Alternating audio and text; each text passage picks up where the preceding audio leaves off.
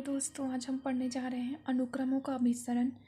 ये BC second year first unit है, ये एडवांस कैलकुलस का। तो हम सबसे पहले अनुक्रमों का अभिसरण का सबसे पहले डेफिनेशन देखते हैं कि वास्तविक संख्याओं का अनुक्रम एक विशेष प्रकार का क्या होता है, फलन होता है, जिसका प्रांत, ये जो प्रांत है वो क्या होता है, प्राकृत संख्या कैपिटल N और परिसर जो है वास्तविक संख्या कैपिटल R होता है। तो एक फलन होता है, बोल रहे तो F of N is equals to 1/n। ये हम एक फलन लेकर चलें कि जिसका मतलब प्रांत जो है प्राकृत संख्या और उसका परिसर जो है वास्तविक संख्या R होता है। तो लेकर चलते हैं, यदि एफ ऑफ 1 लेकर चलते हैं, एफ ऑफ 1 लेकर चलते हैं तो 1 की टर्म में क्या है, 1 आया।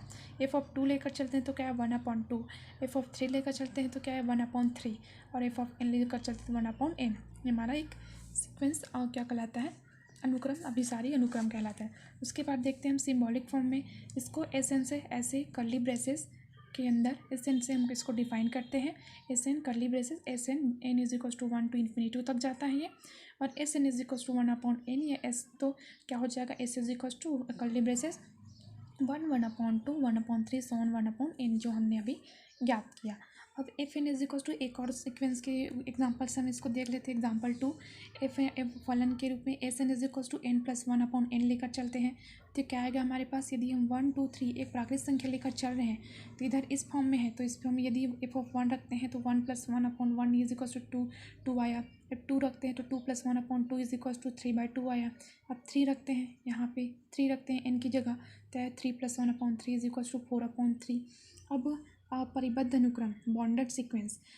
तो बॉन्डेड सीक्वेंस के 2 टाइप है, एक है उच्चता परिबद्ध अनुक्रम और एक है निम्नता परिबद्ध अनुक्रम। तो अब हम देखते हैं इसका डेफिनेशन। ये होते हैं एग्जाम्पल के द्वारा मतलब भी समझ सकते हैं। पहले तो इसका डेफिनेशन देखते हैं, एक्सप्लेनेशन कैसे। उच्चता परिबद्ध अनुक्रम ये मतलब बॉन्डेड सीक्वेंस। तो एक अनुक्रम सीक्वेंस एस एन को हम उच्चता परिबद्ध अनुक्रम कहते हैं, जो मतलब एस एन के सारे टर्म से क्या हो, बड़ा हो। यदि अब एक वास्तविक संख्या कैपिटल एम का एक अस्तित्व इस प्रकार हो कि S N small than N is equal to capital M लेकर चलते हैं तो यहाँ पे क्या हो जाएगा। अब निम्नता परिबद्ध का देखते हैं। तो निम्नता परिबद्ध अनुक्रम, तो एक अनुक्रम एस एन को हम निम्नता परिबद्ध अनुक्रम कहते हैं जो सीक्वेंस के सारे टर्म से क्या हो, छोटा हो। और यदि एक वास्तविक संख्या एम का अस्तित्व इस प्रकार हो कि एस एन बड़ा या बराबर स्मॉल एम, तो एस एन, अब एक इसका एग्जाम्पल देखते हैं। तो S N is equals to हम लेकर चलते हैं, मतलब उच्चता परिबद्ध हम एक देखते हैं यहीं पे एग्जाम्पल कि एस एन बराबर n² हम लेकर चलते हैं ये एग्जाम्पल। तो S1, तो n की जगह 1 रखते हैं तो 1 का स्क्वायर 1 आया।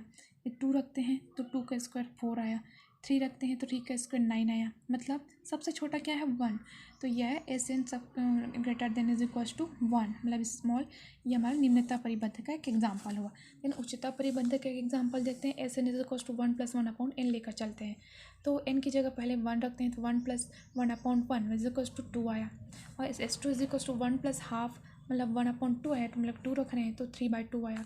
S3 रखते हैं n की जगह तो 1+1/3 इज इक्वल्स टू 3 और मतलब कि 4/3 आया। तो सबसे बड़ा इसमें कौन सा हुआ, 2। तो S N small than is equal to 2, मतलब यहाँ पे ना एस एन ग्रेटर देन मतलब small than is equals to 2, मतलब 2 यहाँ पे सबसे बड़ा, मतलब ये क्या है हमारा उच्चता परिबद्ध का ये एग्जाम्पल है। अब दोनों का एक एग्जाम्पल देखते हैं।